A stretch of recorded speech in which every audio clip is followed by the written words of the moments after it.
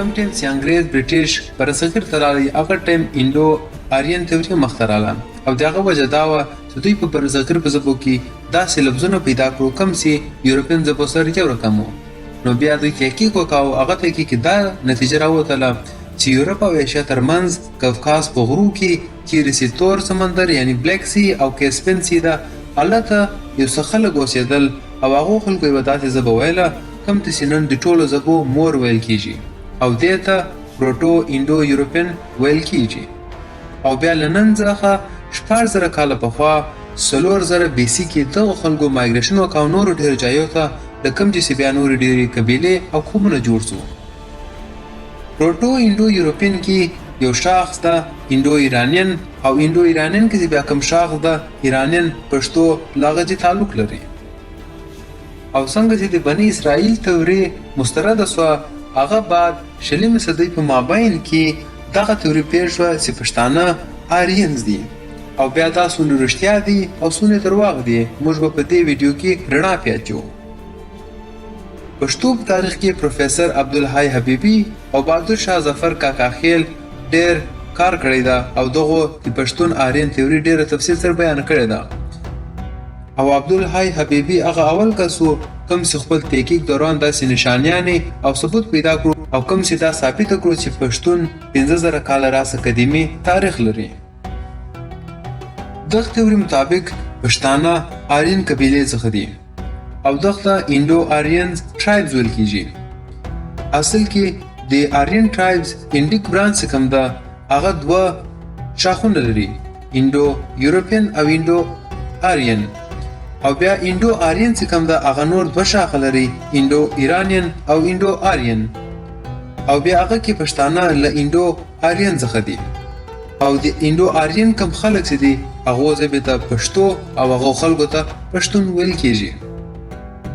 او بیا تاریخ کې د پښتو ذکر تر ټولو اول چیرې راځي. له نن څخه 3000 یا 4000 کاله پخوا ویداس یو کتاب لیکل شوی و پښتون تر ټولو اول ذکر دغه کتاب کې راځي.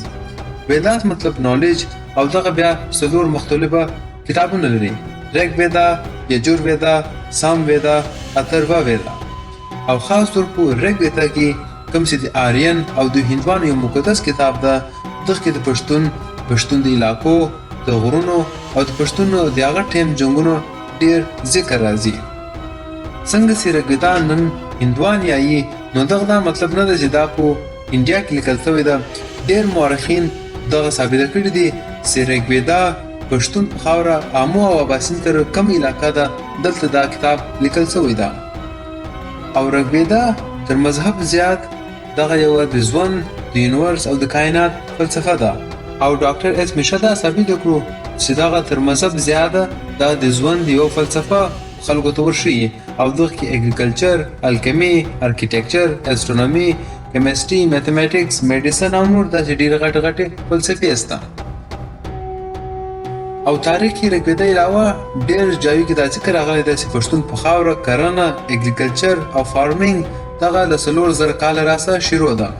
او بیا چې کوم ټیم چنګیز خان افغانستان ته راغلی دا هلته اریګیشن سیسټم د اوبو لګولو سیسټم او نظام چې کوم و دغه یې تباه کړو او بیا دا آباد او زرخیزه علاقه ټوله په صحرا کې بدله شوه. رګویدا کې پښتنو لپاره لفظ پښتین استعمال شوی ده او بیا دا پښتین او بیا پښتون کې بدل شو. رګویدا کې دا هم لیکل شوی دی چې پښتانه په باختر کې اوسېدل. باختر د افغانستان زوړ نوم ده او دغه بکټریا یا بشتریا یا باختریا هم ویل کیږي. بشتریا له پشت او اریجې جوړه ده. او بیا دا هم لیکل شوی دی چې باختر کې د پښتانه په بخت یعنی د افغانستان موجوده شهر بلخ کې اوسېدل او دوی لپاره چې کوم بل لفظ په رګویدا کې استعمال شوی ده هغه ده پکت، پکتا یا پکتاس کوم چې له لویه پکیتا چې راوتلی ده. او دغه کې د موجوده افغانستان صوبې خوشت، پکتیا، پکتیکا او لوګر او غزني راځي او د پاکستان خرم ایجنسي او وزیرستان هم راځي. او رګویدا کې یو بل ځکه دا راځي چې پکتاس هغه یوه قبیله وه کوم چې سوتاس بادشاه خلاف وجنګېدل او د جنګ نه مو سرینجا یا د 10 بادشاهانو جنګ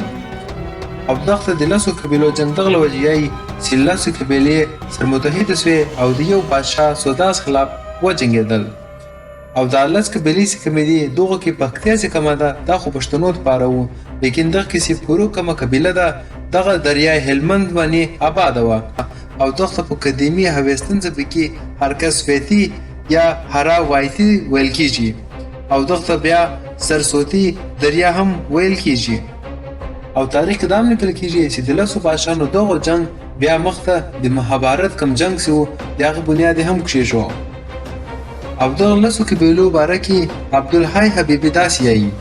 چې آریان تر ټولو اول په بلخ کې آباده سو، بیا دوی خپل جنګونو وجې لسو قبیلو کې تقسیمه سو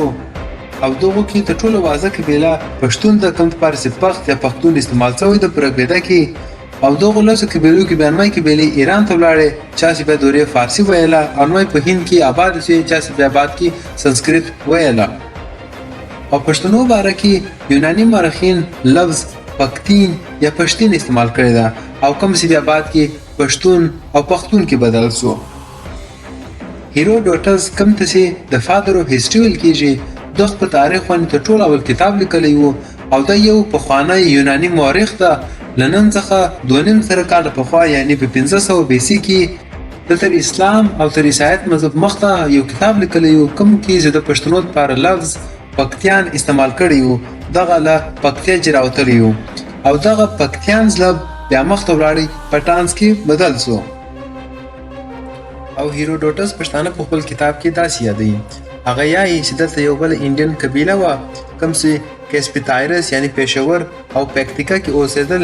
او دا خلک انډیا په نورد کې اوسېدل او د دغو خلکو ژوند او د باختر خلکو ژوند دغه یو رقم و او دغه خلک تر نورو قبیلې ډېر زیات جنګجو هم ول. او رګویدا او اوستا کې د پښتنو کوم علاقو ذکر کېږي هغه دغه دي: پکتاس، پڼۍ، کابل، اریانا ویجا، مرو کوم چې اوس د ترکمانستان حصه ده خوا د باختر حصه و، بلخ، هریرود، ارغنداو، هلمند، کابل او سرخ دي. او رګویدا کې خورمې جنسي ذکر هم راغلی ده کوم کې چې زیاتره بنګش او توري پښتانه اوسي او هغه دپاره لفظ کروما استعمال شوی ده. او له دغو ټولو شیانو دا معلومیږي چې پښتانه آریانز دي او دوی له آریان کبولوژي تعلق لري. او بهادر شاه ظفر کاکا خیل کوم چې پښتو ژبه باندې 50 کاله تحقیق کړی ده او دی یایي زراو کال پخوا آریان یوه ژبه ویله